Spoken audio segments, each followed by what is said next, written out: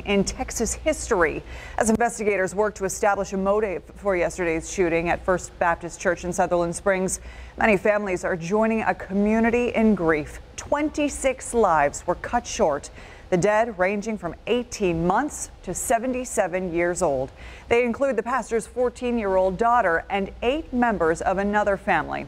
The suspected shooter apparently took his own life after being shot twice by the armed citizen you just heard from.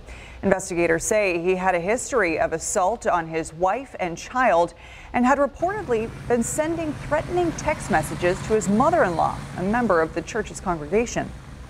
There are many ways that he could have taken care of the mother-in-law without coming with 15 loaded magazines and an assault rifle to a church. I think he came here with a purpose and a mission. And tonight, the U.S. Air Force has admitted it did not appropriately relay the shooter's 2012 court-martial conviction for domestic assault to civilian law enforcement. That's something that would have come up in a background check when he bought a gun. Following this latest mass shooting, members of the Buffalo Police SWAT team held an active shooter briefing tonight. They talked about different kinds of active shooter scenarios, like at a school or an office at the Ellicott District Stakeholders meeting this evening. They also discussed the 3 main options people have in the event of a shooting: run, hide, or fight. If we can get the mass majority of people at least thinking in the mindset of being vigilant, looking at exits, how to get out of places, things were shared tonight that I don't think we would normally think about. Pridgeon, the pastor of True Bethel Baptist Church on Buffalo's east side, says he's going to also address active shooter scenarios within his church. Almost 2 weeks after the burial of Buffalo police officer Craig Lehner, his sister is opening up about the community's remarkable support. I really think I'd be a blubbering mess and not being able to even pick myself up out of bed if I didn't feel all this love. Donna Wilson attended a ceremony in memory of her brother today at Emmett Belknap Intermediate School in Lockport. Almost 1 month after Lehner initially disappeared while training with the PPD dive team in the Niagara River, Wilson says she is proud of how her brother has been portrayed in public. They've done a good job showing, just who he really was: charismatic, funny, friendly. Meantime, Officer Lehner's canine partner, Shield, visited Cardinal O'Hara High School in the town of Tonawanda today.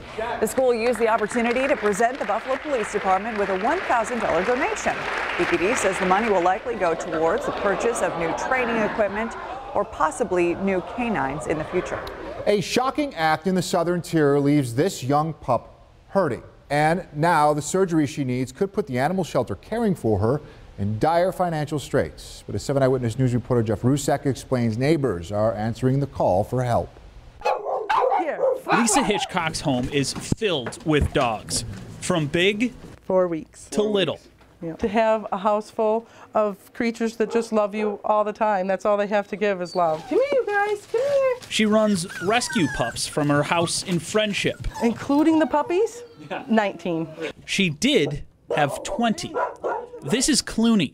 On Sunday, she was in the yard. First I heard the pop, and I thought it was a gunshot, and then I heard her scream.